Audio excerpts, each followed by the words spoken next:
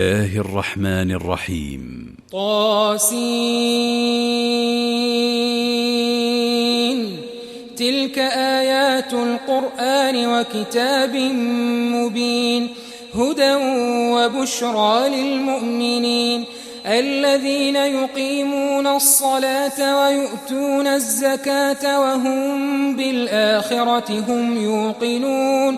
إن الذين لا يؤمنون بالآخرة زينا لهم أعمالهم فهم يعمهون أولئك الذين لهم سوء العذاب وهم في الآخرة هم الأخسرون وإنك لتلقى القرآن من لدن حكيم عليم إذ قال موسى لأهله إني آنست نارا سآتيكم منها بخبر أو آتيكم بشهاب قبس لعلكم تصطلون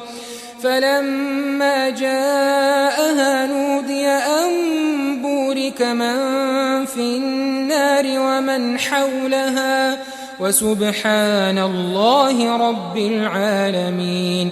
يا موسى إنه أنا الله العزيز الحكيم وألق عصاك فلما رآها تهتز كأنها جان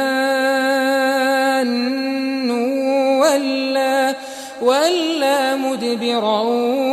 ولم يعقب يا موسى لا تخف إني لا يخاف لدي المرسلون إلا من ظلم ثم بدل حسنا بعد سوء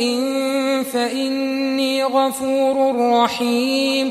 وأدخل يدك في جيبك تخرج بيضاء من غير سوء في 9 آيات إلى فرعون وقومه إنهم كانوا قوما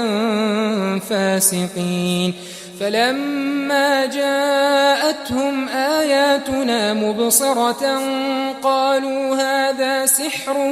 مبين وجحدوا بها واستيقنتها أنفسهم ظلما وعلوا